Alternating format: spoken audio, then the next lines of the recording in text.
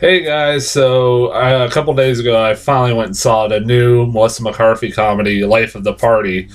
I again, like last week, as I said in my Bad Samaritan review, this past weekend was filled with pretty much nothing coming out. Again, this is the second weekend of the summer movie season, technically, and we've got nothing. I mean, I know pretty much nobody wants to run up against Avengers, but Jesus, man. I mean, at least this week we're getting Deadpool 2, and then next week we get, like, the Han Solo movie. But, Jesus, so we have to wait a few weeks for that shit like, really start kicking into gear?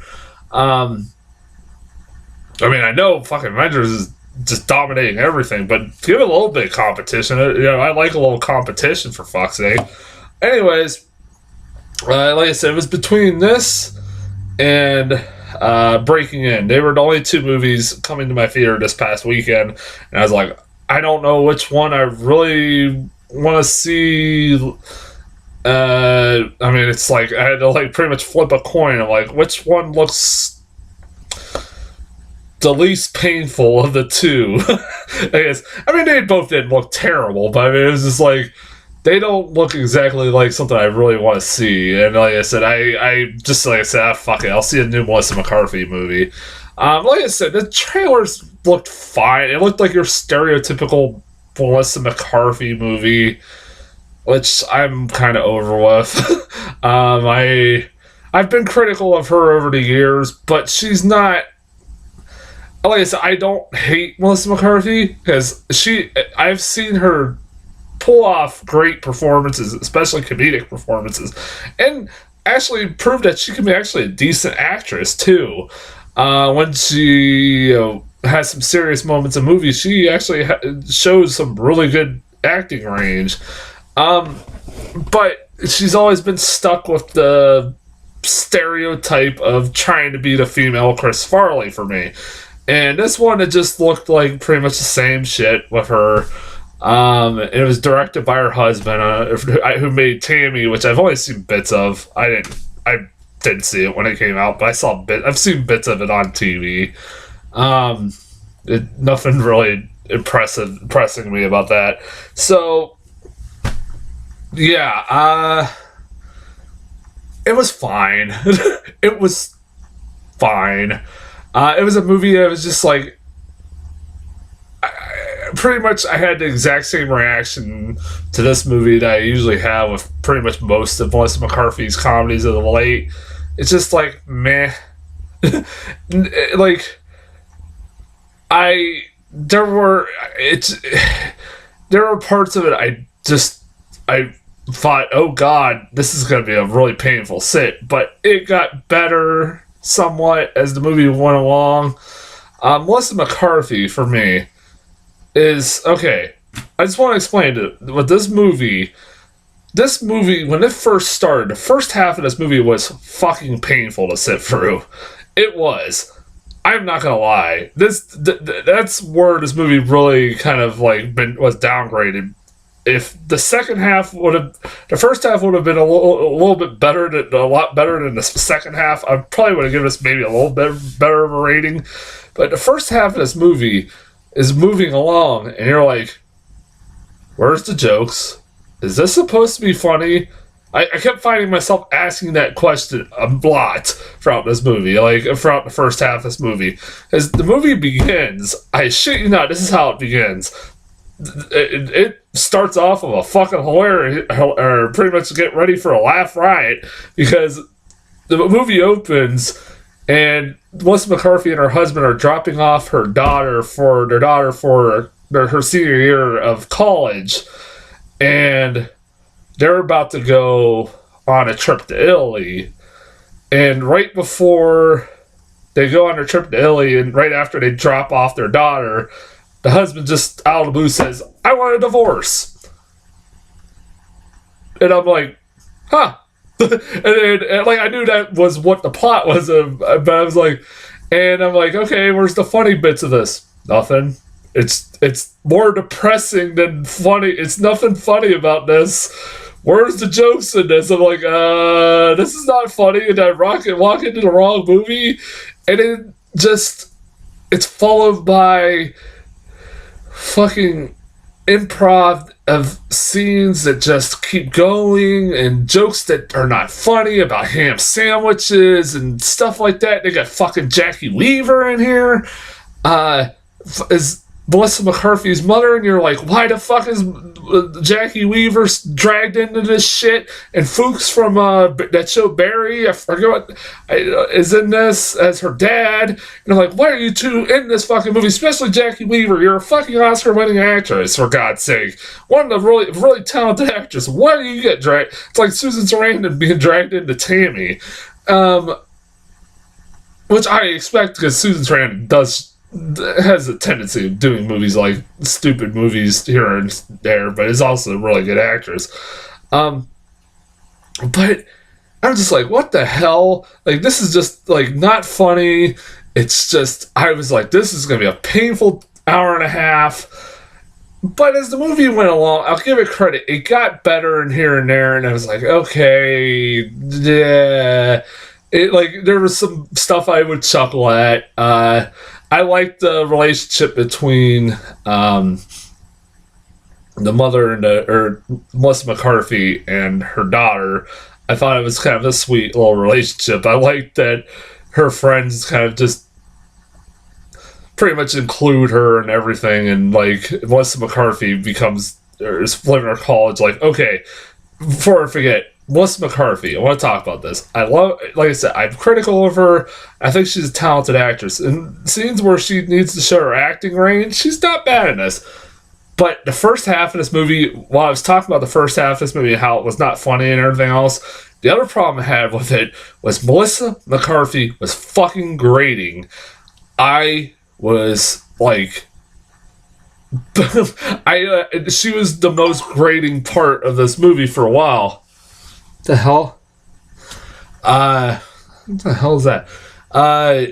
She, like, for a while there, I was like, oh my god, I cannot take her in this movie. Like, she's the overbearing mother, or like the crazy mother who just gotta say like 5 million things at once, never shuts up. In this whole fucking first half of this movie, for a majority of the movie, she doesn't really shut up either. But she kind of gets a little bit less manic as the movie goes along. But Jesus Christ, the first half of this movie is like, I was like, shut up. And even a character who's supposed to be the mean girl or the villain in the movie tells her to shut up. I'm like, thank you. I was like, she's supposed to be the villain, and I agree with her. Shut up. I was like, fucking, oh god, she was bad at this for the first half of this movie. Like I said, the first half, I was just like, ugh. What did I say? It as it went along, it got a little bit better here and there. And like I said, jokes got better, somewhat better. I mean, this movie is your stereotypical college comedy. It's trying to be back to school. I mean, this is basically what this movie is back to school, but with females in the lead instead of Rodney Dangerfield, yada, yada, yada. I'd rather watch fucking Back to School. And it has all the stereotypical things you see in college comedies. I mean, you got Melissa McCarthy ends up taking some drugs and wacky things ensue. She has the weird roommate in her dorm who's gothic and your stereotypical goth girl. We haven't seen that fucking before. And obviously there's something unique, like there's going to be something unique about her we find out later, which you do. And then there's this weird ass stereotype that I've noticed a lot with these college movies, that like there's always a situation a main character comes upon where they need a lot of money. What the hell? I have my phone keep going off here. What is going on in the world? But yeah, where like a character ends up needing a lot of money by the end of the movie, so they gotta throw a big party. But a whole sorority decides to throw a big party, and of course they make the money. Yay! I'm like, why is this a stereotype that I swear to God is in every goddamn college comedy nowadays? I mean, and it's like my favorite part of that whole part was that this is getting to spoilers, but who cares? It's fucking life of the party. They trick everybody into going to this party because Christina Aguilera is having a concert at the same time as this party, and nobody's showing up, but then they spread across social media that Christina Aguilera will be performing there after the concert. And I'm like, people are not that fucking stupid, are they? They really believe Christina Aguilera would just randomly show up at a fucking party, just out of the blue. Of course, everybody believes it. I'm like, wow.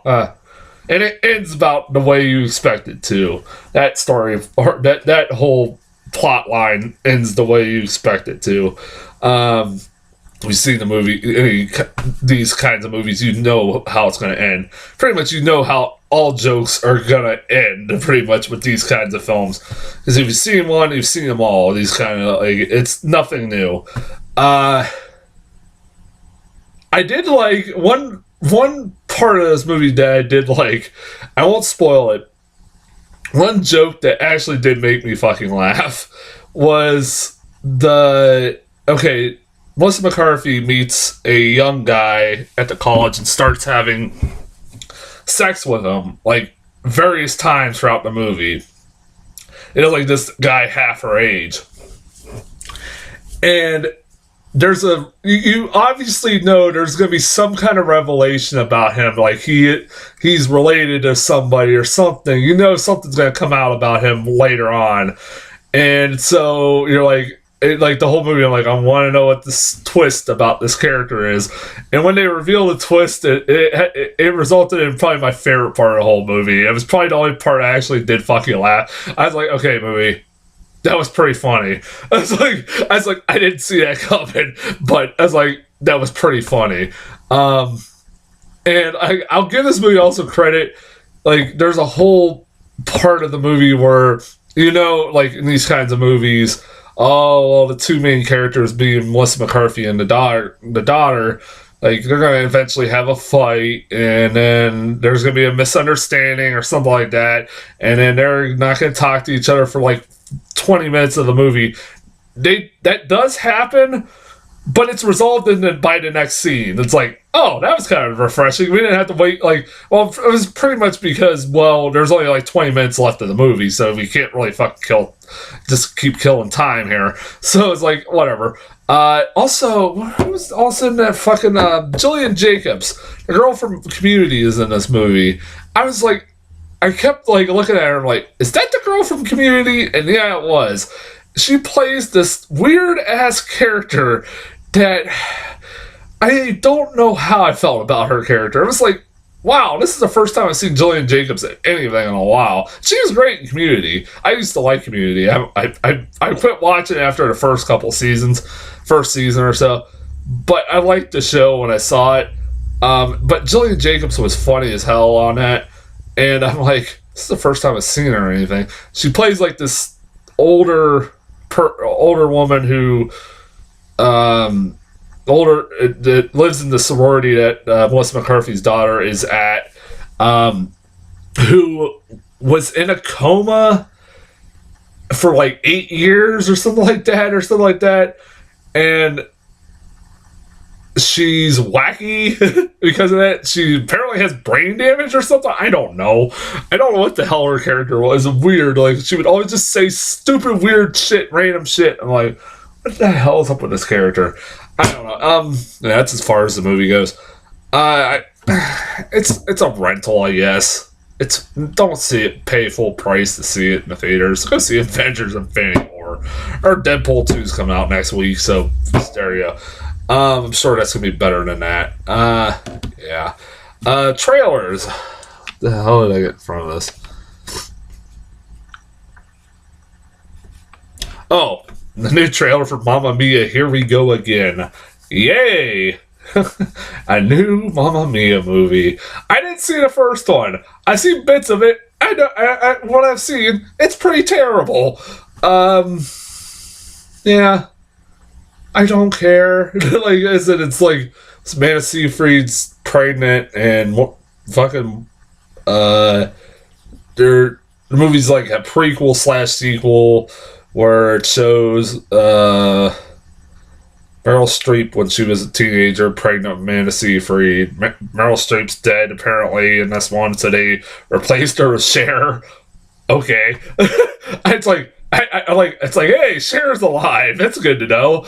Um, uh, God bless. I like Cher is actually a good actress when she's given a chance. But oh man, not a big fan of ABBA anyway, so I'm like, this is probably gonna be really fucking stupid. I've heard, bits I've seen of the first one was not very good, so I'm not. It's probably not my thing. The new trailer for The Spy Who Dumped Me. It's nothing about this movie. The new trailer made me go, "Oh, that looks like a fucking surefire hit, comedy hit." I mean, it looks just like it's Mila Kunis and Kate McKinnon being weird. And Mila Kunis had a spy boyfriend who dumped her, and she's caught in the middle of some espionage bullshit. I don't care. It looks stupid. It doesn't look funny. Nothing about the trailers looked really funny at all. So yeah. And then the next trailer I got was, I don't know how this is not a thing that's being, or how this movie's not being sued. Hotel what's it? Hotel Artemis. I don't know why. First off, I don't know why this was a trailer put in front of Life of the Party, especially this not being the audience for that kind of movie. But whatever. What I mean by how I don't know how this movie is not being sued is because this movie is an exact is a ripoff of fucking John Wick. Pretty much is like, or basically a story arc from John Wick.